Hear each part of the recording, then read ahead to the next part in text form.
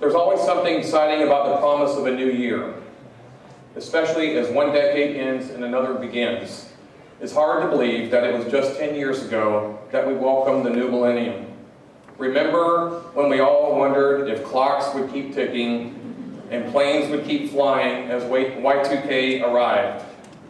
Well, thank goodness they all did, as the world joined together to celebrate the year 2000. After that momentous beginning, it's hard to believe that that decade has just ended.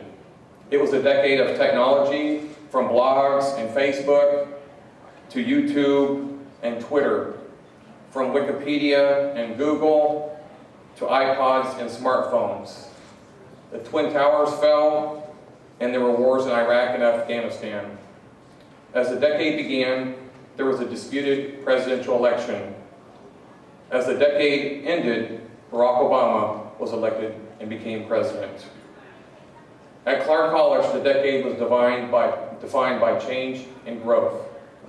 We saw changes in leadership, a newly revitalized partnership with the Clark College Foundation. We saw record enrollment numbers and the opening of 2 new sites, Clark College at WSUV and Clark College at Columbia Tech Center. We dedicated the Penguin Union Building, which includes our Welcome Center, and the new Gaiser Hall, which includes our Teaching and Learning Center. This room was also renovated, this multi-purpose room, thanks to the help of our students and donors.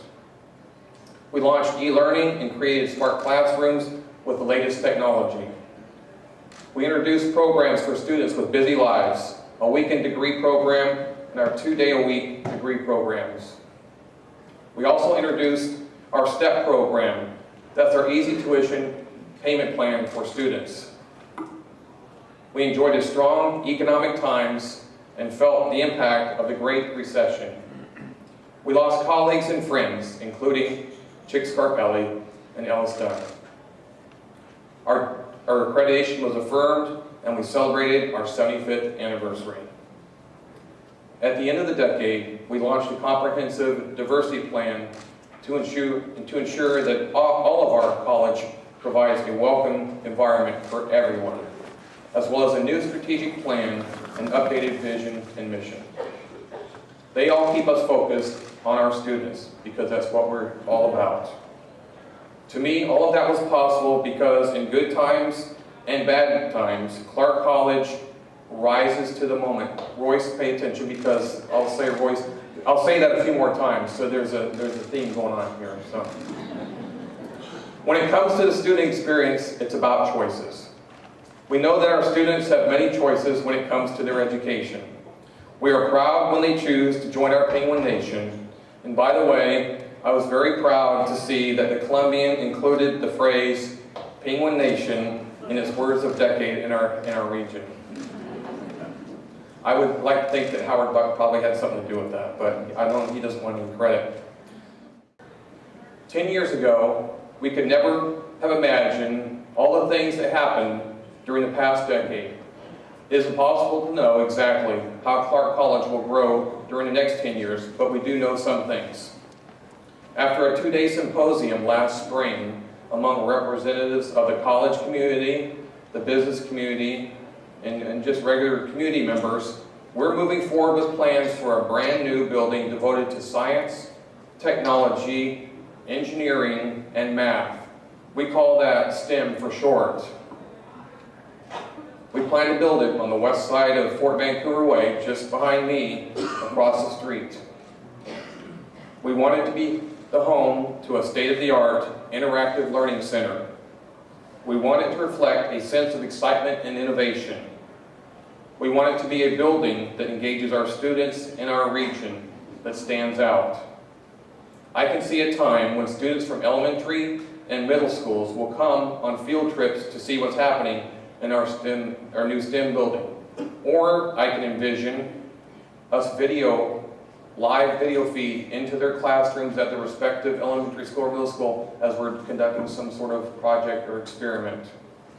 This building will be a $36 million investment in our region.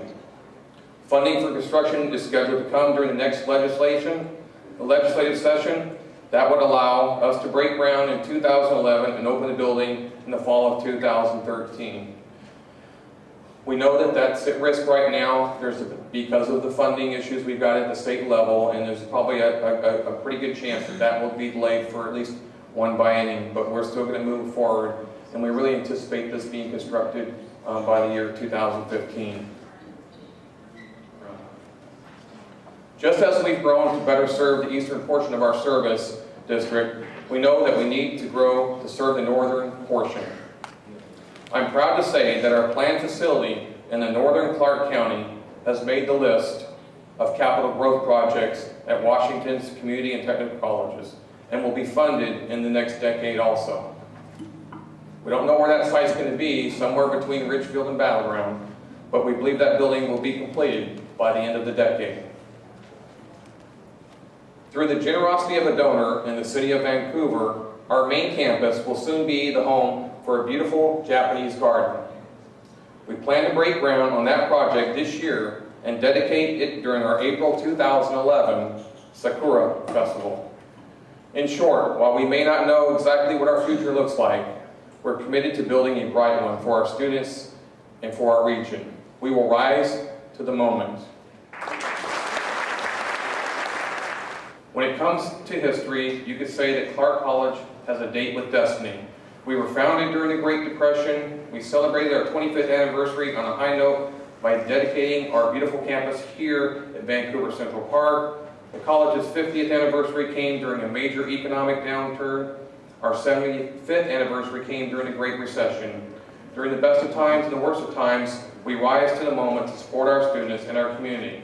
That is Clark College's proud history. We believe it is also our destiny.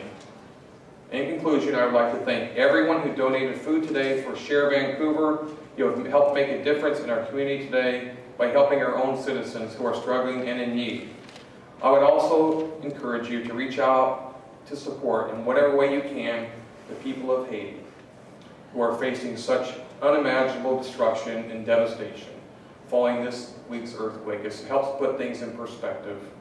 So, thank you for being here today.